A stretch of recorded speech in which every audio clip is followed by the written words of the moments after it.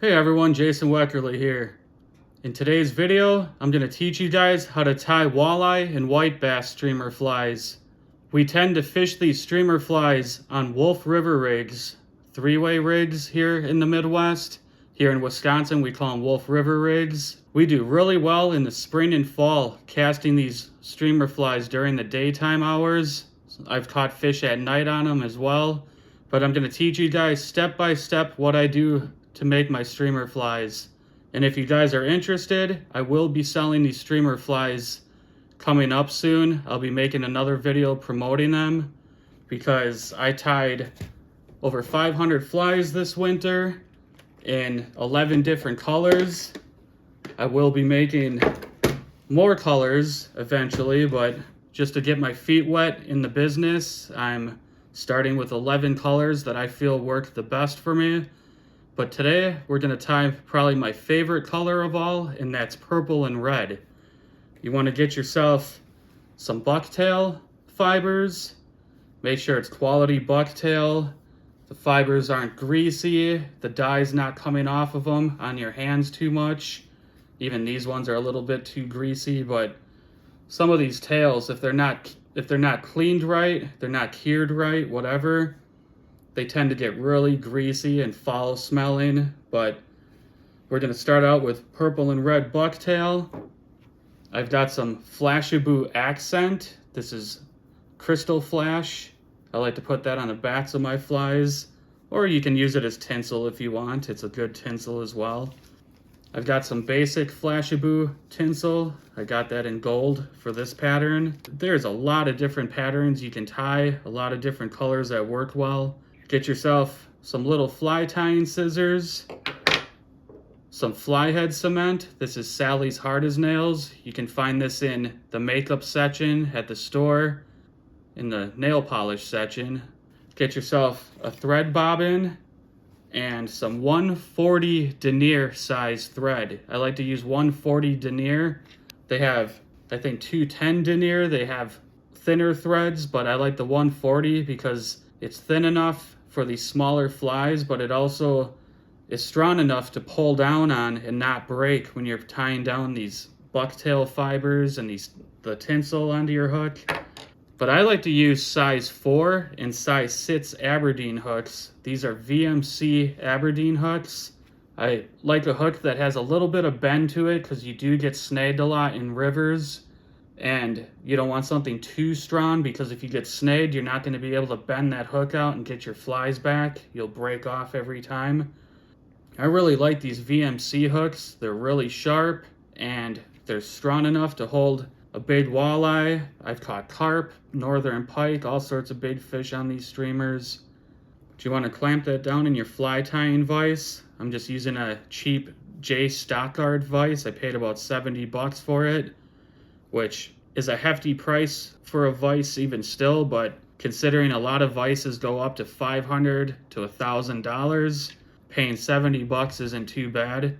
As long as it holds the hook and it can rotate, that's all that matters. You don't need to spend too much money on a vise. But we got that size 4 hook down in the vise now, clamped down. I'm gonna take my thread. You want to start out just by wrapping it right on to the hook, just like so. You don't want to go too far up towards the hook eye. You want to leave yourself some space so that you're not covering up the hook eye with your thread or your fly head cement. But you got that down there. I just click off some of the excess. And you don't want to leave too much line dangling. Give yourself very little space with your bobbin. You want that thread to be tied down very tight. Then take your fly head cement. I just put a little dab of it on there just for security. I like to tie my flies about 2.5 to 3 inches long. And some guys like to tie them thinner, some like to tie them thicker. I like to use I think it's just the right amount of fibers, but sometimes I found myself trimming my flies down on the water when the fish are really picky. You can trim some of the tinsel, some of the fibers. My advice to you is to tie a little bit more on your flies, so you do have the option to trim them down if needed. But a lot of the times you don't have to trim them at all. The fish just attack the crap out of them, rip them to pieces. But I like them about 2.5 to 3 inches long. You're gonna start just by tying down that belly section of hair. There you go. You don't have to do too many wraps. I'm gonna put a little bit more red.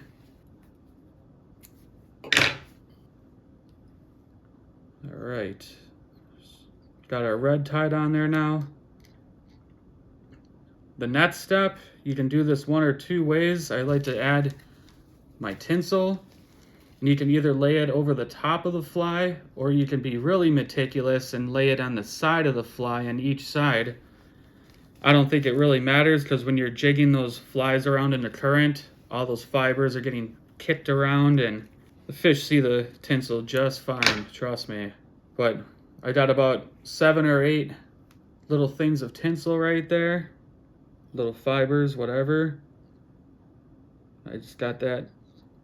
I just tie it right down over the top. Like I said, more the merrier. Usually when it comes to flies, I mean, you don't want the fly super bulky or anything. You want it kind of streamlined, hence the name streamer fly.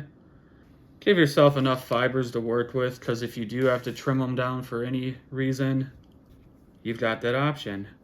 Now we're going to tie the back of the fly, and I like to use about just a little zilch more of hair than the belly hair, if that makes sense. There we go. These flies do not have to be works of art. I've caught walleyes and white bass on flies that were torn to shreds. Fibers are barely hanging on the hook. Walleyes and white bass do not care. They're not like trout where they get all meticulous and finicky. Like I said, I will be selling these flies soon, so if you guys are interested, keep an eye out for a video promoting these. I'll be selling them for good prices, tied on quality hooks, in all the colors I promise work the best.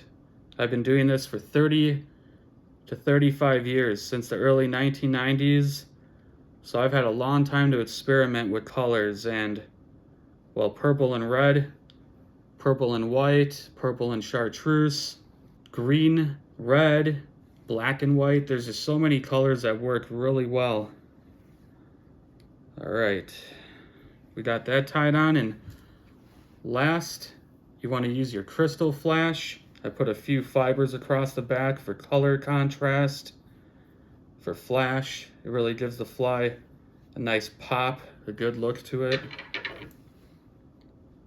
You want that to be about as long as the back hairs on your fly. I like to match my crystal flash with the back of the fly, whatever color's on the back of my fly, basically.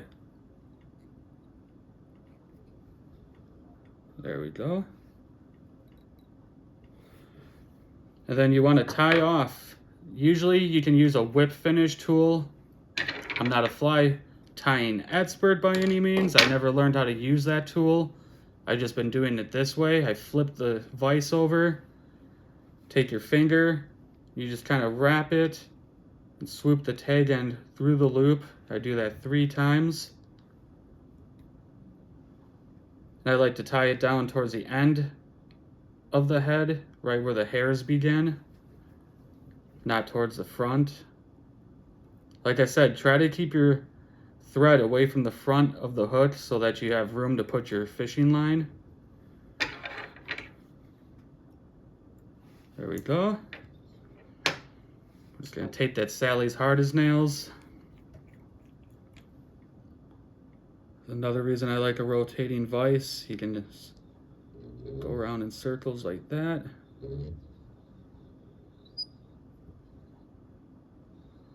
There we go. We got ourselves a perfect little walleye white bass streamer fly.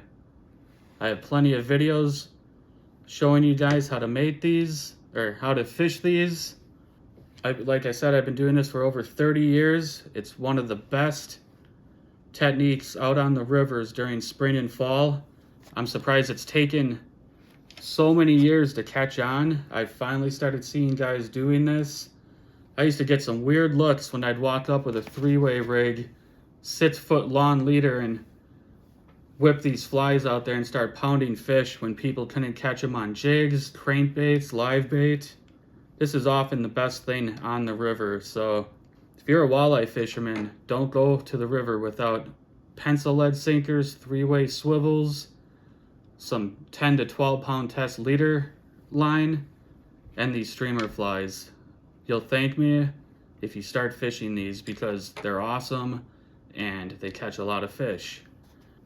Get yourself some styrofoam. If you guys get any packages in the mail, you can dry your flies out just hanging them on there. Nothing fancy. This one just so happens to have compartments I can put all my stuff, so what a lucky little piece of styrofoam to find in a package, basically. But alright, I'll shut up now. If you guys like this video, subscribe to my page, hit the like button. I'll take you out on more fishing adventures, do some more tutorials, all that good stuff. Get your hands on some flies, you'll catch a lot of walleyes and white bass this season. Good luck fishing, and take care.